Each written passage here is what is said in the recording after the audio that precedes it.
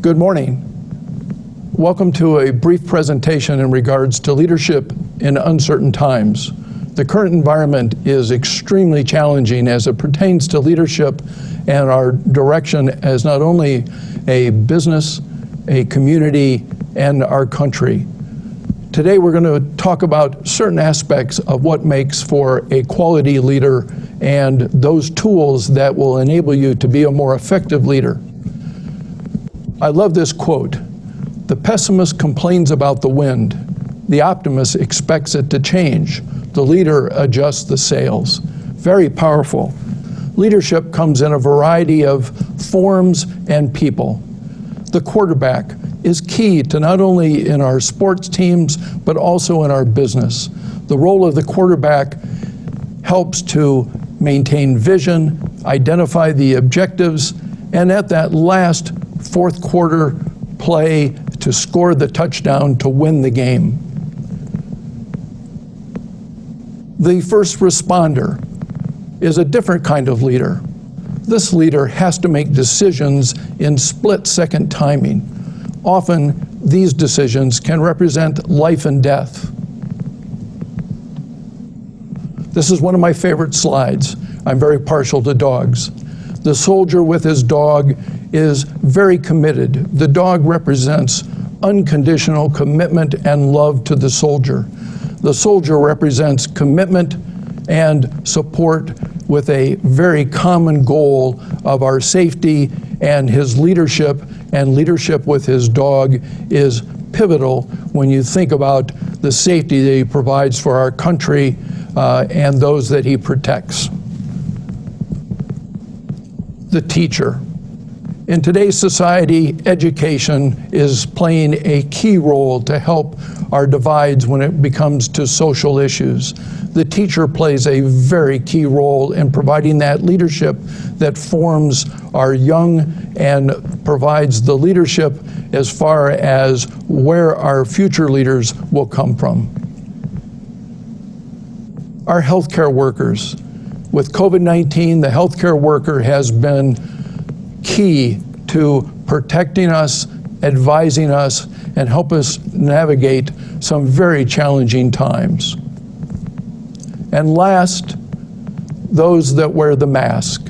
While the mask may be perceived as unnecessary or incidental, the mask represents leadership in its own right, in that it represents respect of your fellow workers, your associates, your family, your friends, and that you care enough to wear a mask to protect those that are around you. So let's talk a little bit about some key tools.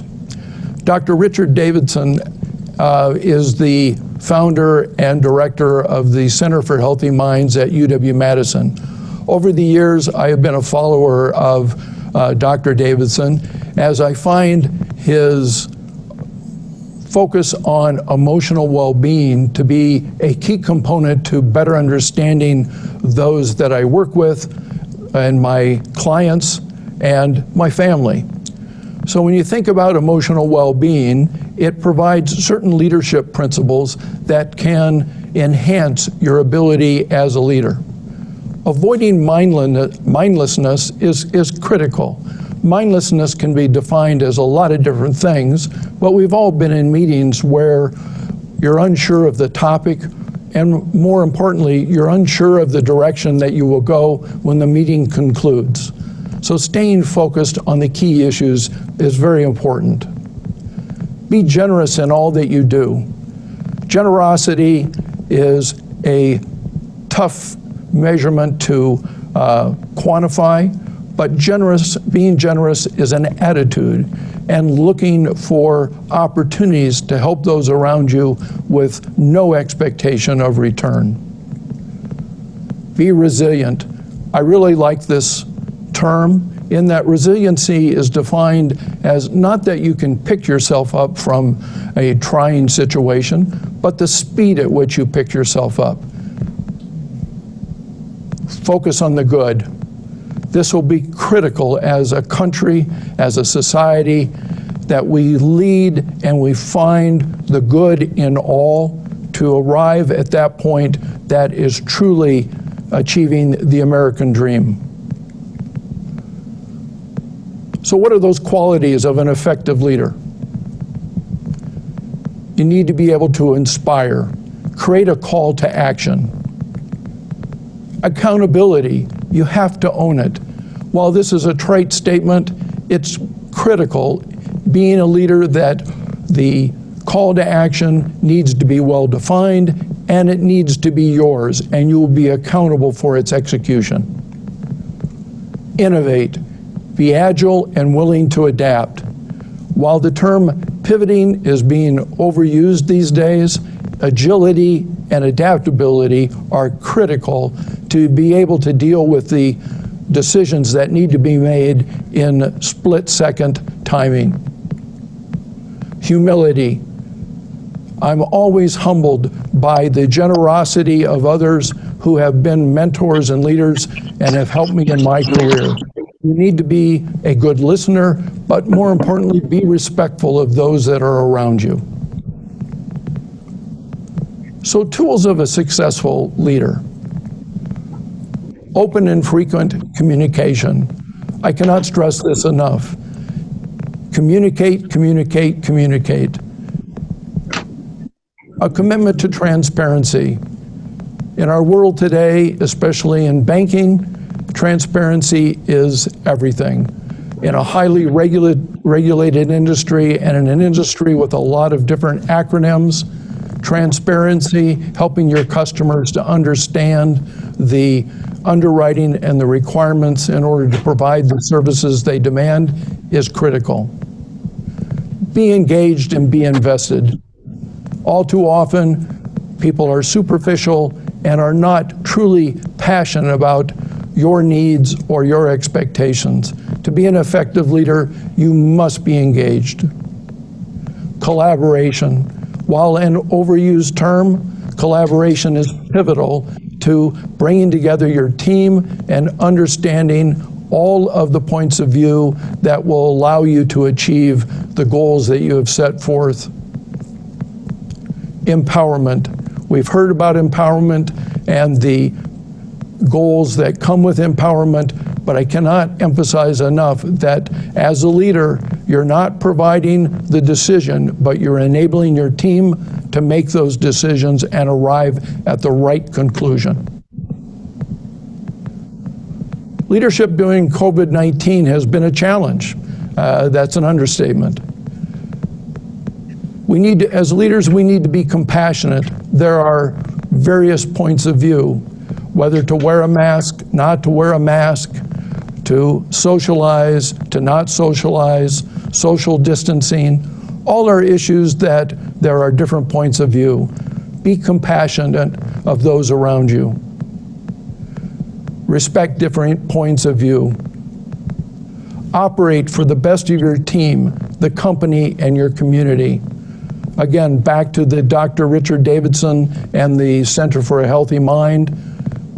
Being generous in all that you do focuses in on this key point of leadership during COVID-19. Remain tactical with a consistent approach to knowing guidelines.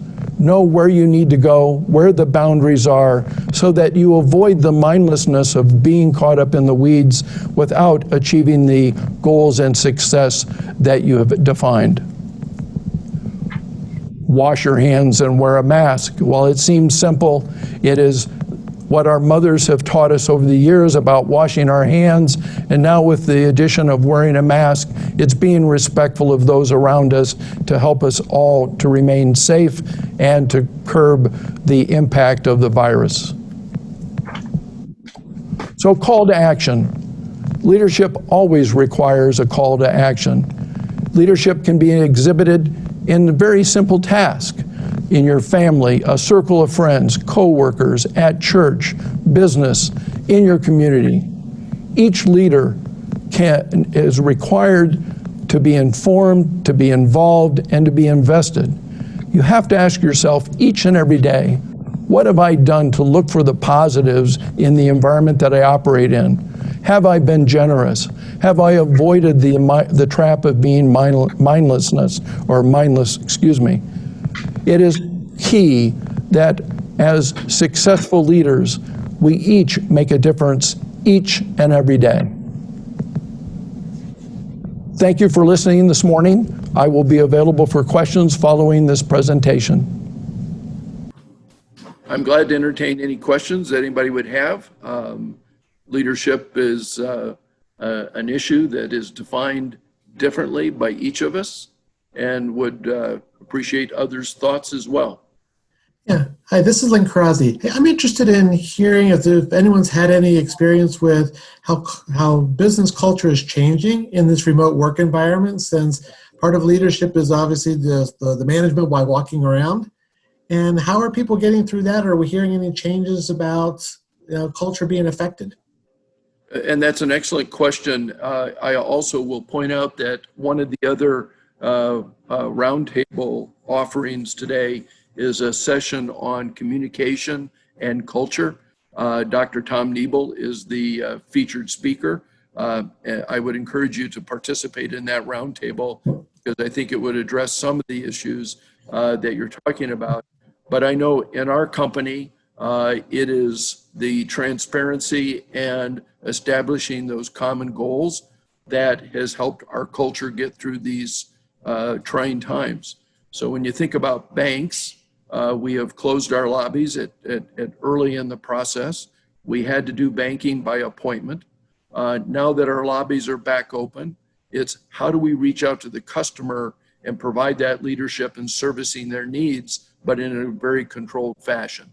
I think we will see banks requiring masks to be worn both coming into the building as well as the employees. It's an ever-changing environment, but I would respect anyone else's thoughts of what they're seeing in their own companies. Sure, I'll just share a little bit. My name is Josh Shadler with the Milwaukee Bucks, and early on, it must have been mid-April, Peter, our team president, put together an opportunity for us to stay connected while all remote. It was actually a pretty creative idea that allowed not only some good camaraderie and workplace morale, but it also led to new business ideas. So he put together called it a business hiatus, business case competition, in which teams of 2 or 3 employees, the first step was connecting with 1 or 2 others from different departments. So not people that you work with on a daily basis. So it was good team bonding, getting to know your coworkers. And then we were to put together a presentation with a new idea. So out of that, there were 50 teams that were formed and 50 different ideas there are about 4 different pillars, from revenue generating, cost savings, workplace culture and morale, or health and safety. And it was pretty neat to see 50 different ideas. I think they immediately implemented 15 of those ideas, and the top 3 were awarded with the prize. Lynn, I saw that you had a question also in regards about work from home and what impact that it's had on culture. Is there a specific question or an experience that you had in that regard? No, I just I put that in there before I asked the other question, so kind of a continuation. Thanks for following up. Other questions? I know we're to the breakout session ending. I appreciate everybody's participation in the questions.